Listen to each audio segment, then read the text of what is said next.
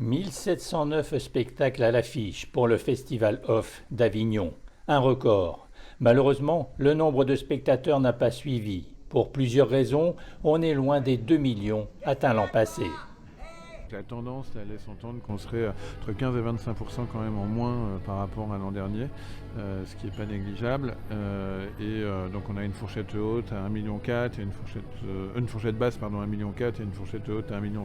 On a été victime de deux phénomènes en particulier qui sont d'une part un qui était attendu mais qui était le décalage de date dû aux Jeux Olympiques avec une semaine qui a été catastrophique pour beaucoup de compagnies. Puis ensuite bien sûr c'est l'actualité politique avec le télescopage des élections législatives qui clairement a été comme un coup d'arrêt un peu à la dynamique des réservations.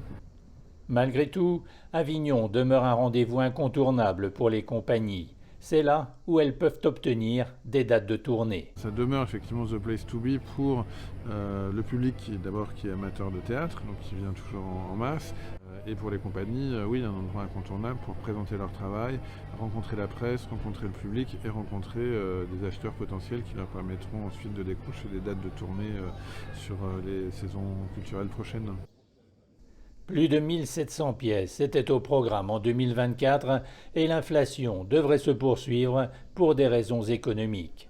On va avoir un phénomène qui est déjà très présent par exemple dans le Fringe d'Édimbourg où en fait les compagnies se partagent les créneaux, donc saucissonnent en fait un créneau de 3 semaines avec 2 ou 3 compagnies qui vont présenter des spectacles différents. Donc mécaniquement le nombre de spectacles va continuer à augmenter. Si on est passé de 1492 en 2023 à 1700 cette année, c'est pas parce qu'il y a des nouvelles salles qui se sont ouvertes à tour de bras, c'est parce qu'il y a eu ce phénomène de présence plus courte dans le festival, sur des dates isolées, sur les jours de relâche ou sur des partages de créneaux et de l'alternance qui fait que mécaniquement le nombre de spectacles va augmenter.